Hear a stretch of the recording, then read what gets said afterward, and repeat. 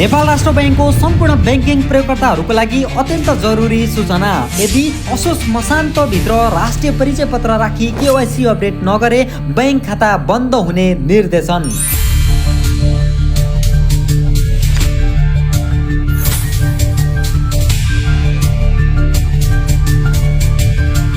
अब राष्ट्रिय परिचय पत्र नभएका पुराना बैंक खाता कारोबार गर्न नपाइने भएको छ।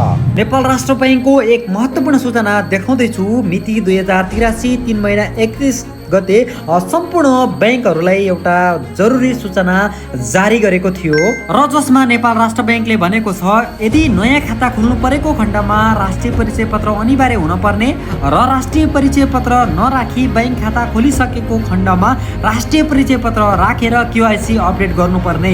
यदि नगरेको खण्डमा बैंक खाता बन्द गरिने। तपाईले प्रयोग गरिरहेको बैंकमा राष्ट्रिय परिचय पत्र राखी केवाइसी अपडेट नगर्दा बैंक खाता बन्द हुने, ट्रान्जेक्सन लिमिट हुने, नयाँ सेवा अवरुद्ध लगायत केवाइसी पेन्डिङ रहने समस्या हुन सक्छ।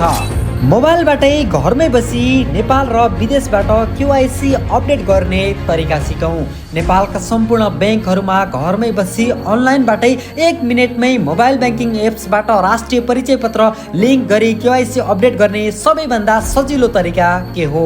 लागु साथीहरू, आजको विषयवस्तुतर्फ। घरमै बसी मोबाइल ब्याङ्किङ एप्सबाट राष्ट्रिय परिचय पत्र लिङ्क गरी केवाइसी अपडेट गर्नको लागि आफूले प्रयोग गरिरहने मोबाइल ब्याङ्किङ कुन हो त्यो ब्याङ्कलाई ओपन गरौँला। सबभन्दा पहिला त्यो ब्याङ्क कुन हो त्यसलाई ओपन गर्नुपर्ने हुन्छ। म यहाँनिर मेरो ब्याङ्कलाई ओपन गर्छु।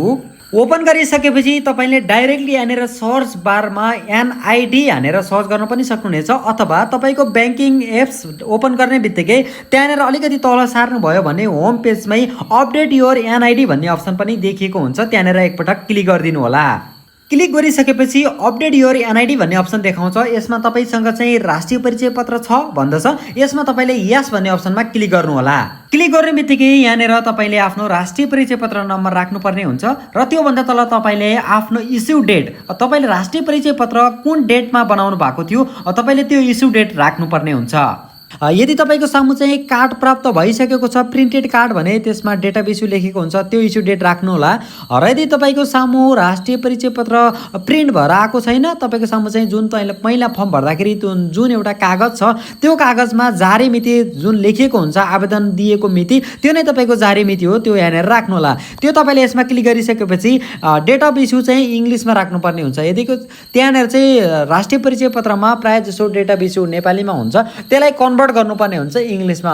यदि तपाईँले कन्भर्ट गर्न आउँदैन भने तपाईँले हाम्रो पात्रो एप्सलाई ओपन गर्नु होला र यहाँनिर तपाईँको सामु चाहिँ माथि दिएको 3 लाइनमा क्लिक गरिसकेपछि अलिकति तल सार्नु भयो भने यहाँनिर डेट कन्भर्टर भन्ने अप्सन राखेको हुन्छ, यसमा क्लिक गर्नु होला र तपाईँले चाहिँ अब यहाँनिर तपाईँको चाहिँ जुन नेपाली डेट छ त्यो नेपाली डेट यहाँनिर राख्नुभयो भने इङ्ग्लिसमा यसले अटोमेटिक कन्भर्ट गर्नेछ र यो डेट गएर तपाईँले त्यहाँ राख्नुपर्ने हुन्छ। जस्तै मैले यहाँनिर तपाईँको सामु चाहिँ देखाउँदैछु, मैले 2082 मेरो आफ्नो कन्भर्ट गर्दैछु 2082।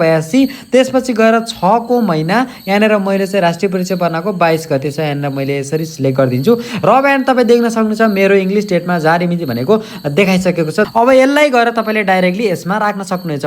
अब यसमा तपाईँले राख्नको लागि के गर्नुपर्छ भने यहाँनिर 2026 भन्ने अप्सन देखाएको छ, त्योभन्दा पछि हेरो त्यसमा क्लिक गरिदिनु होला। त्यसपछि गएर यहाँनिर तपाईँको चाहिँ कति साल हो है त्यो डेट यहाँनिर इयर त्यो सेलेक्ट गर्न सक्नुहुनेछ। र योभन्दा पहिला हो भने जस्तै तपाईँले यहाँनिर 2021 मा क्लिक गर्नुभयो, त्योभन्दा फेरि यहाँनिर एरोमा क्लिक गर्नुभयो भने अब 21 भन्दा पहिलाको डेट पनि आउन सक्छ। तपाईँको चाहिँ कति इयर हो त्यो इयर यहाँबाट सेलेक्ट गर्नु होला। मेरो यहाँनिर 2025 हो।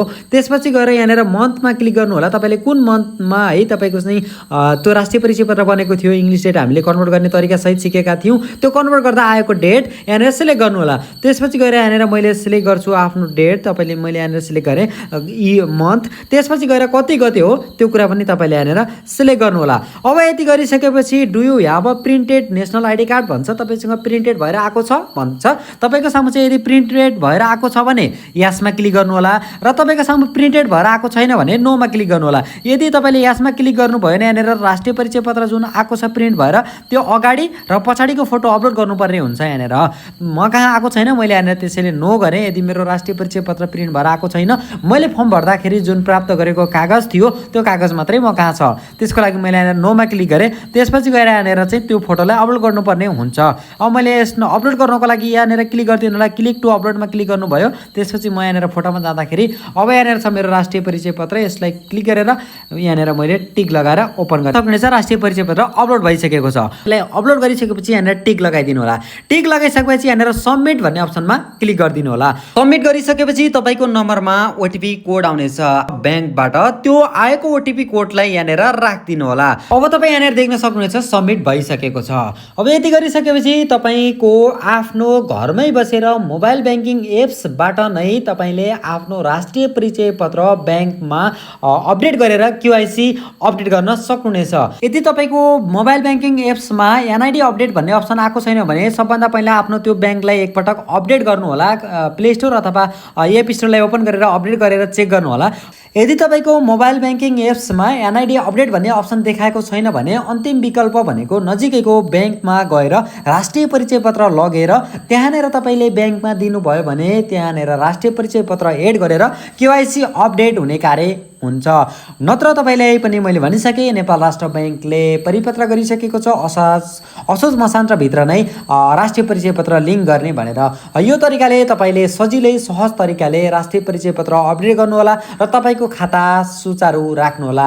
यदि सुचारू राख्नु भएन भने तपाईँलाई ब्याङ्कमा समस्या आउन सक्छ। यो तरिकाले राष्ट्रिय परिचय पत्र अपडेट गर्नुहोला। र कुनै पनि समस्या आयो बुझ्नु भएन भने कमेन्ट गर्नुहोला र तपाईँको ब्याङ्कमा राष्ट्रिय परिचय पत्र अपडेट भन्ने अप्सन आयो वा आएन त्यो पनि कमेन्ट गर्नुहोला। र यो भिडियोको डिस्क्रिप्सन बक्समा मेरो सम्पूर्ण सोसियल मिडियाको लिङ्क राखेको छु। त्यहाँ पनि क्लिक गरेर तपाईँले हामीसँग जोइन भएर तपाईँको समस्या भन्न सक्नुहुनेछ। आजको भिडियो यति नै। अरू कुनै पनि नयाँ अपडेट जानकारी सहित पुनः उपस्थित हुनेछु र तपाईँको सामु भेट हुनेछ। तबसम्मका लागि बाई।